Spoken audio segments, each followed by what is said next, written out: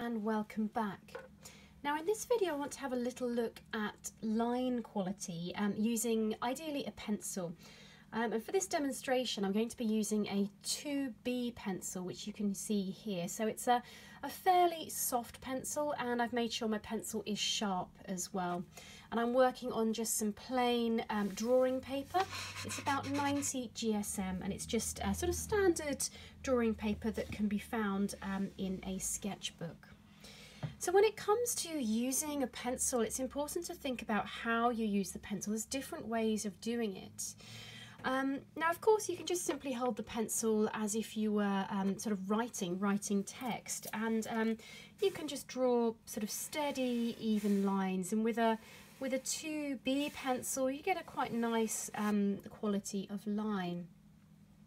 But as well as doing this, we can actually regulate and change the pressure to create a line that perhaps is not quite as steady. So I could do a line that's light, then dark, light, dark. So I could kind of play with the lightness and the darkness of the line. And again, this can be done when you're drawing something. So you can draw a light line, dark around one side, dark around the other.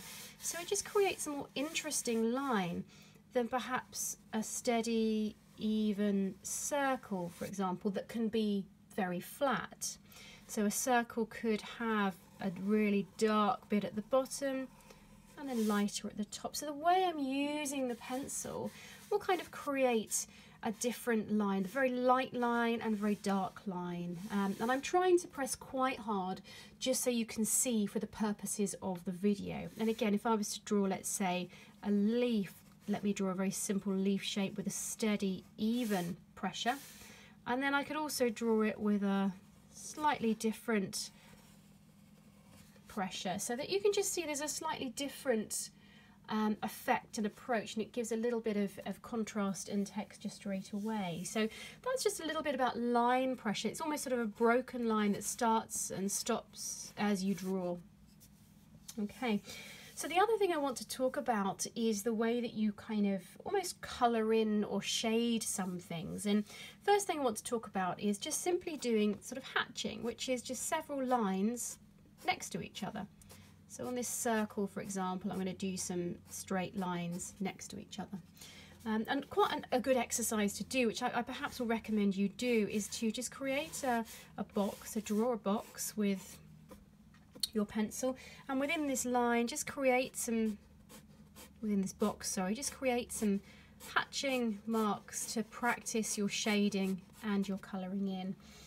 And because it's a 2B pencil, this is quite a sort of dark, soft mark. Now I'm going to draw another box for the next part, and I'm going to do this hatching again. Very similar, and I'm keeping it quite fast, quite loose, just for the purposes of demonstration. We could also do something called cross-hatching, which is then taking these strokes in the other direction. So we'll call this hatching and cross-hatching. And these might be terms familiar to you, but we can use them within our drawing.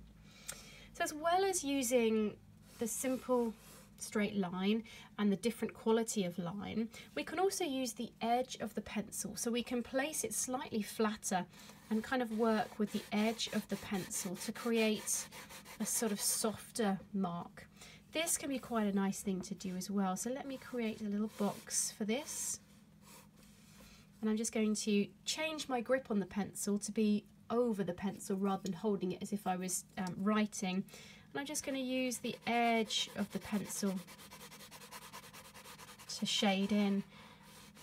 And that can be a nice way of creating an even flat kind of shade to a sort of piece. So if you need a background or you need to almost colour or shade something in, it can give you an even mark. So this is edge of pencil. If I was doing this just as a line, let me pop it up here, it's just a sort of thicker, flatter line, and depending on how much pencil lead you have. So let me go for, I've got another 2B pencil here that's a little, this one's getting a little blunt now because I've been working on it. So this one creates a fatter one because I've got a slightly longer pencil. So I'm going to switch to this sharper pencil now because I'm already getting blunt after a page of drawing. Okay, so the other thing we can do is we can just look at different ways to create marks.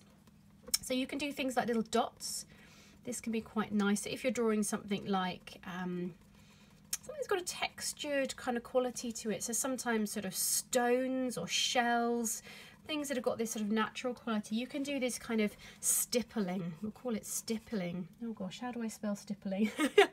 We'll just put a stipple. So these sort of dots and things, and I'm doing kind of rough marks. Some of them end up being little dashes, some are pure dots, and of course you can be more controlled and slow and considered as you do it, but I'm not a particularly slow, controlled and considered person, so my stipples and dots might take a little bit longer. Fantastic. So the other thing we can kind of look at, let me do something here, is almost creating little circles to create texture, and all of these are just ways of creating sort of marks, and I'm being very loose with this when I do it, very loose, and where you use these marks will very much depend on what you're drawing. So sometimes your marks will call for a technique like this, other times what you're drawing won't, and it doesn't matter. So I'll call these little circles. Great. And another way we can perhaps work with pencil is kind of almost a scribbling. So just kind of scribbling very loosely to create marks. And again, I've got a very light touch through my hand. I'm very loose with the pencil here, and I'm just kind of scribbling, and I'm going to go a little darker over here, a little bit darker, and keep it lighter over there. And I'm also kind of slightly working with the contour here, so you can see I'm trying to create a little bit of flow to it. Okay, so I'm going to call this scribbling. Great. Lovely. So there's one more thing I'd kind of like to go through, and I'm just going to pop it over here, and that is actually working with a rubber or an eraser to create marks. And what I potentially suggest with this is maybe creating yourself a background, and what you can then do is literally draw using your pencil, your rubber. And I've got a lovely this is called it's called a Tombow. These are quite common, you can get them easily, and it's a little rubber in a pen shaped form, so it's a fine tip. And here I can draw using the rubber. Now, because I've created quite a lot of background, I need to sort of rub quite a bit, but I can basically rub through it to create marks. And this is particularly helpful when you're looking to create highlights in a piece. So you can see here where I've rubbed out, we've now got white on a dark background. Okay, so that's all I wanted to go through on this particular video, just ways of using your pencil, and I will do another demonstration video in a moment going through some of these in practical terms. So you've got simply holding the pencil normally, you've got different line pressures, letting go, you've got using the edge of the pencil, we've got things like our hatching, our cross hatching, our circles, scribbling, stippling, and crossing away. And just before I forget, actually, I wanted to go through this little tool. With all of these things, you can also blend. Graphite is very movable. You'll notice sometimes if you kind of put your hand across something, accidentally you might smudge it.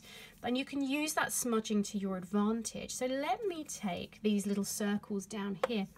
And what I'm going to do is just start using this little paper smudging tool and working in a circular motion. I'm just going to blend this area here, and then you kind of get a smoother tone compared to just simply the dots here. And again, I'm now going to smudge half of my cross hatching, just blending it in.